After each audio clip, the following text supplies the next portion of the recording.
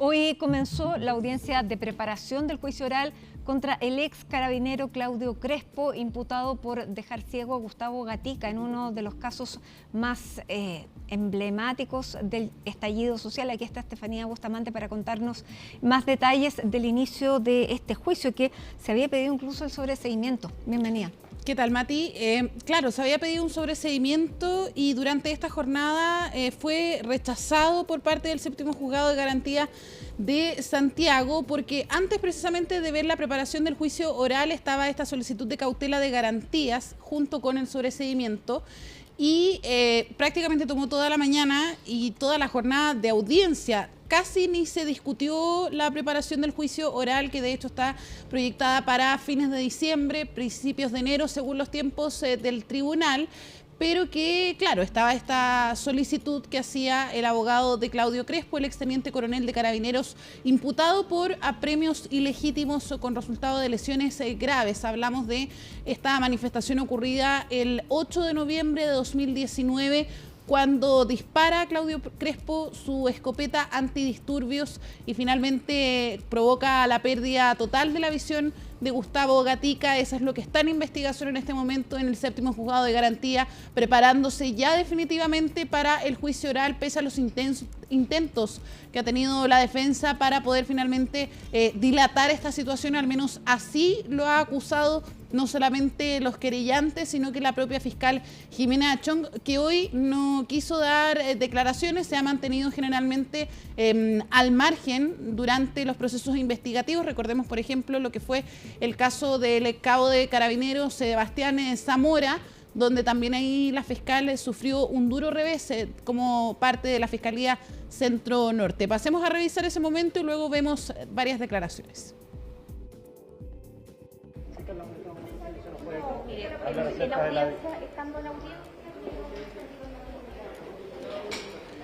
Bueno, hay un ambiente cortísimo respecto a lo que ha sido la salida de la fiscal Centro Norte. Bueno, ella, de todas formas, el estilo que ha tenido durante estas investigaciones, o al menos en el último tiempo, es no dar declaraciones mientras está la investigación en curso. Ahora, claro, en el caso, por ejemplo, de Sebastián Zamora, el ex carabinero que fue absuelto, en ese caso tampoco hubo declaraciones al final. Siempre dijo que iba a hablar al final de esta investigación, pero en ese caso fue un duro revés. Lo acompañó, de hecho, en ese momento al exfuncionario de policial, también Claudio Crespo, estuvo en varias audiencias, y durante esta jornada asistió él, no Gustavo Gatica.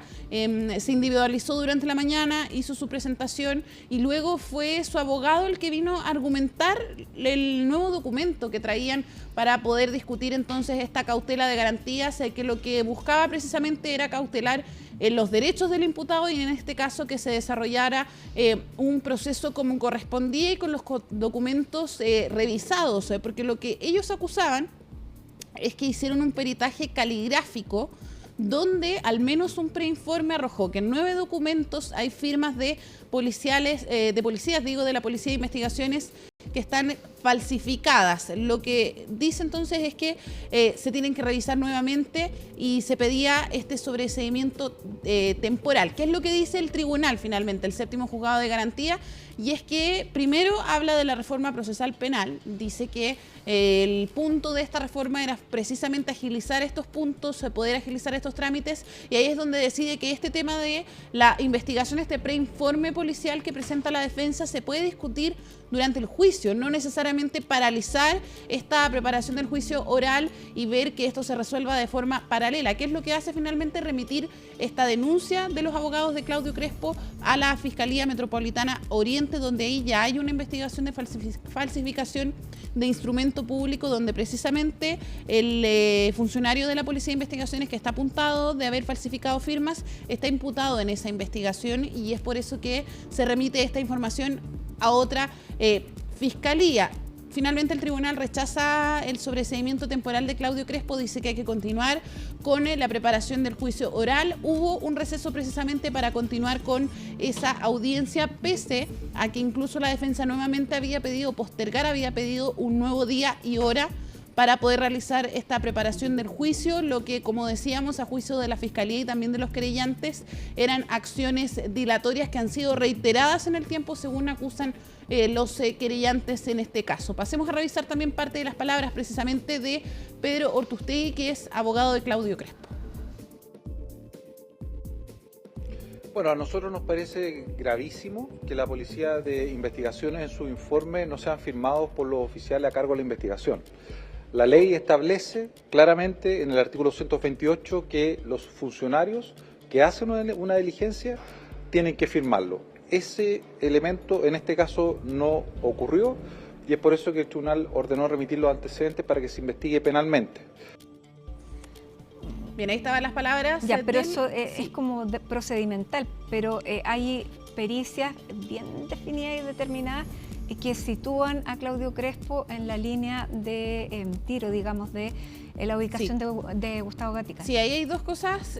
Primero, lo que tienen hasta ahora, porque es un preinforme, lo que tienen hasta ahora, según lo que dice el Ministerio Público, no son documentos esenciales en la investigación, son meramente investigativos, protocolares, no son documentos quizás esenciales para esta indagatoria.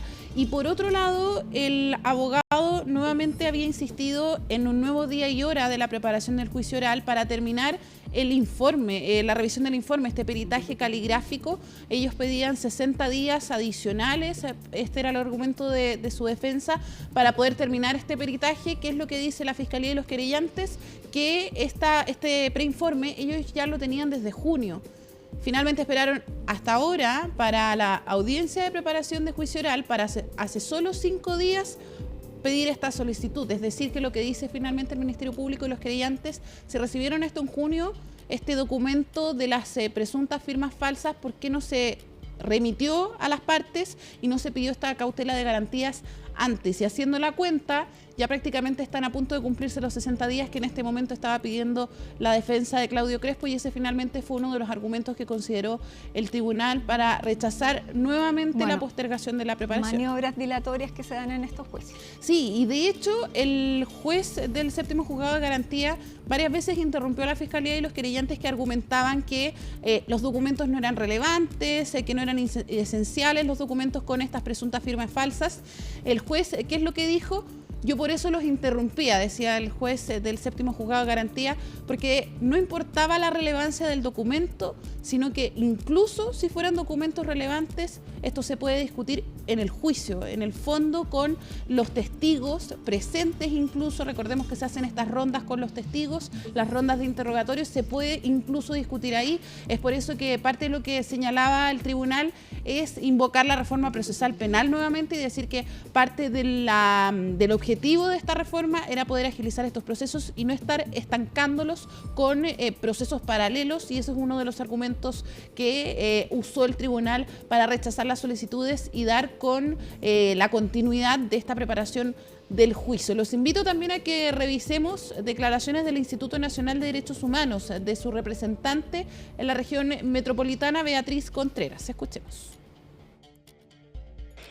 Bueno, valoramos la decisión del tribunal en orden a rechazar y en definitiva permitir que se dé inicio a esta audiencia de preparación de juicio oral, que como bien se señaló adentro, tenía como primera fecha octubre del año pasado. Por lo tanto, de esta manera avanzamos en este juicio, en esta causa, lo que en definitiva va en beneficio para el acceso a la justicia de la víctima, que es lo que más nos convoca, ¿no?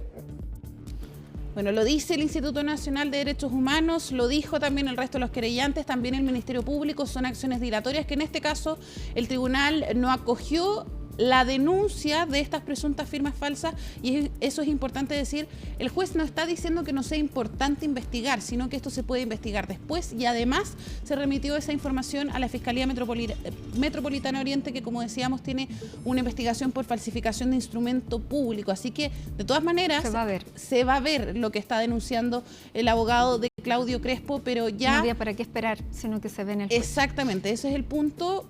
casi poco y nada, menos trámites se hicieron cuando se inició la audiencia de preparación de juicio oral. Prefirieron dejar para el próximo lunes, ya en una audiencia más ordenada, porque lo que decíamos, prácticamente toda la mañana se ocupó en esta cautela de garantías y el sobreseimiento temporal que finalmente es rechazado, pero ya desde la próxima semana comienza sí o sí la preparación del juicio, que según los tiempos del tribunal podría ser a fines de diciembre o en enero, ya más de 5 años que va a comenzar este juicio del caso de Gustavo Gatica.